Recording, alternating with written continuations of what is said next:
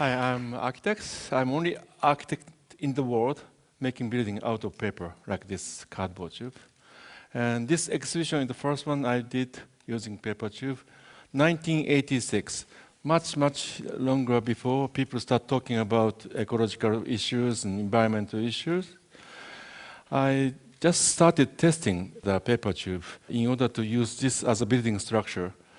It's very complicated to test the new material for the building, but this was much stronger than I expected, and also it's very easy to waterproof, and also because it's industrial material, it's also possible to fireproof. Then I built the temporary structure. 1990, this is the first temporary building out of paper. There are 330 tubes, diameter is 55. There are only 12 tubes, diameter is 120 centimeters, 4 feet wide, as you see in the photo, inside the toilet. In case you finish with toilet paper, you can tear off the inside wall.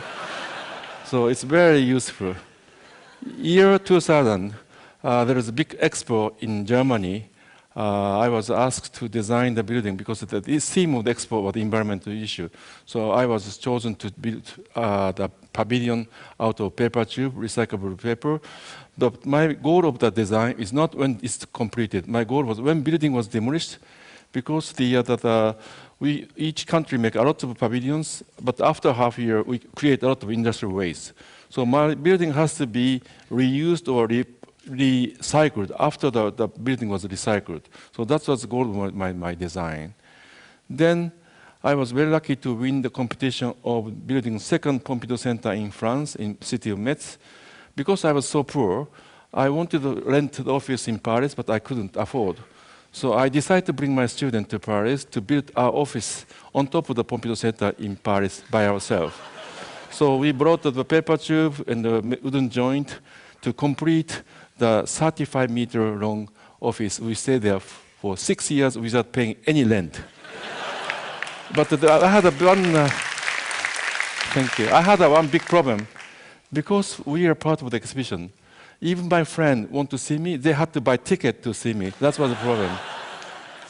Then I completed the Pompidou Center in Metz. It's a very popular museum now, and I created a big monument for the government. But then I was very disappointed at my profession as an architect, because we are not working for society, but we are working for privileged people. Rich people, government, developers, they have money and power. Those are invisible.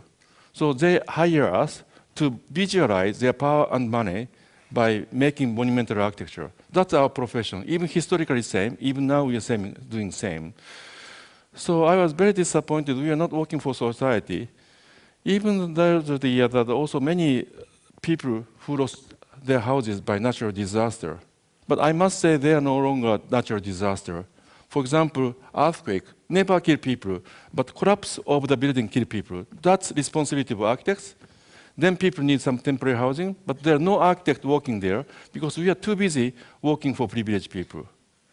So I thought even us as architects who can involve in the reconstruction of the temporary housing, we can make it better.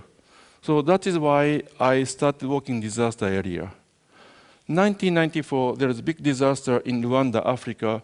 Two tribes, Hutu and Tutsi, fight each other. Over 2 million people became refugees.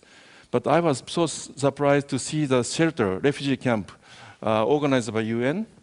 They are so poor.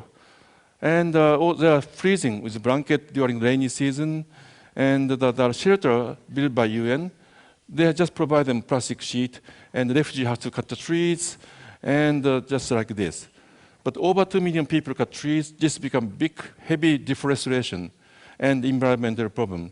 That is why they start providing aluminum pipe, but aluminum barrels, very expensive, they sold them out for money, then cutting trees again.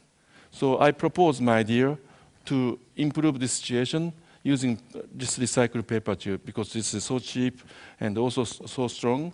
But my budget is only $50 per unit. We built 50 units to do some monitoring test for the durability and the moisture and termites so on. And then year after, 1995, in Kobe, Japan, we had a big earthquake. Nearly 7,000 people are killed. And the city like this, Nagata district, all the city was burned, fire after the earthquake. And also I found out there's many Vietnamese refugees suffering and gathering at Catholic church. All the building was totally destroyed. So I went to there, and also I proposed to priest, why don't we rebuild the church out of paper tube? And he said, Ahokat, are you crazy? After fire, what are you proposing? So he never trusts me, but I didn't give up. I started commuting to Kobe, and I met the society of the Vietnamese people. They are living like this with very poor plastic sheet in the park. So I proposed to rebuild. I did the fundraising. I made a paper tube shelter for them. And in order to make easy to be built by students and also easy to demolish, I used beer crates as a foundation. I asked the Kirin beer company to propose because at that time the Asahi beer company makes their plastic beer crate red, which doesn't go with the color of the paper tube. The color coordination is very important. And also, I still remember we are expecting to have a beer inside the plastic beer crate, but it came with empty. So I still remember it was so disappointing. So during the summer with my student, we built over 50 units of the shelters. Finally, please, finally trust me to rebuild. He said, as long as you collect money by yourself, bring a student to build, you can do it. So we spent 5 weeks to rebuild the church. It was meant to be stay there for 3 years, but actually it stayed there 10 years because people loved it. Then in Taiwan, they had a big earthquake, and we are proposed to donate this church. So we dismantled them, we sent over to built by volunteer people. It stayed there in Taiwan as a permanent church, even now. So this building became permanent building. Then I wonder, what is a permanent and what is temporary building? Even the building made in paper can be permanent as long as people love it. Even concrete building can be very temporary if that is made to make money. And 1999 in Turkey, the big earthquake, I went to there to use the local material to build the shelter. 2001 in West India, I built also shelter. In 2004 in Sri Lanka, after the Sumatra earthquake tsunami, I rebuilt Islamic fisherman's village. And 2008 in Chengdu, Sichuan area in China, over nearly 70,000 people killed. And also, especially the many of the schools destroyed because of the collapse between the authority and the contractor. I was asked to rebuild the temporary church. I brought my Japanese student to work with the Chinese student. In 1 month, we completed 9 classrooms over 500 square meters. It's still used even after the current earthquake in China. In 2009, in Italy, L'Aquila, also they had a big earthquake, and there's a very interesting photo. Former Prime Minister Berlusconi and Japanese former Prime Minister Mr. Aso. Because we have to change the Prime Minister every year, so that and they are very kind. Following my model, I proposed rebuilding the temporary music hall because the L'Aquila is very famous for music, and all the concert halls were destroyed, so musician was moving out. So I proposed to the mayor, I'd like to rebuild the temporary auditorium. He said, as long as you bring your money, you can do it. And I was very lucky. Mr. Berlusconi brought G8 Summit, and our former prime minister came. So they helped us to collect the money. And I got €500,000 from the Japanese government to rebuild this temporary auditorium. Year 2010 in Haiti, there are big earthquake, but it's impossible to fly over. So I went to Santo Domingo, next door country, to drive 6 hours to get to Haiti with the local student in Santo Domingo to build 50 units of shelter out of local paper tube. This is what happened in Japan 2 years ago in northern Japan. After the earthquake and tsunami, people have to be evacuated in the big roof like gymnasium. But look at this, it's no privacy. People suffer mentally and physically. So we went to there to build the partitions with all the student volunteers with paper tube, just a very simple shelter out of tube frame and the curtain. However, some of the facility authority doesn't want us to do it because they said simply it's become more difficult to control them. But it's really necessary to do it.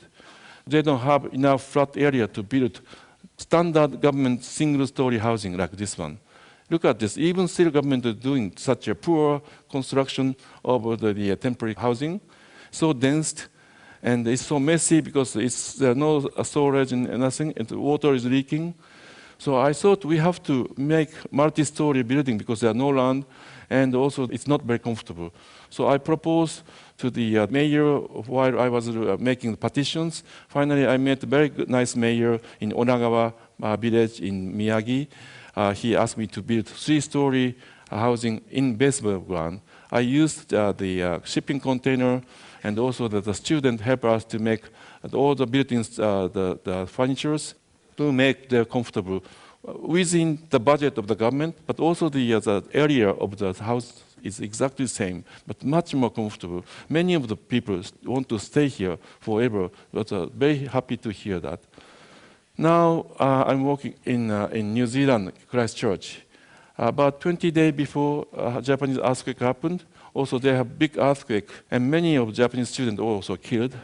And the most important cathedral of the city, symbol of the Christchurch, was totally destroyed. And I was asked to come to rebuild the temporary cathedral.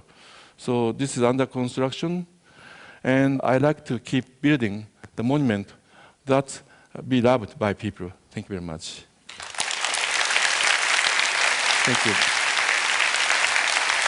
Thank you very much.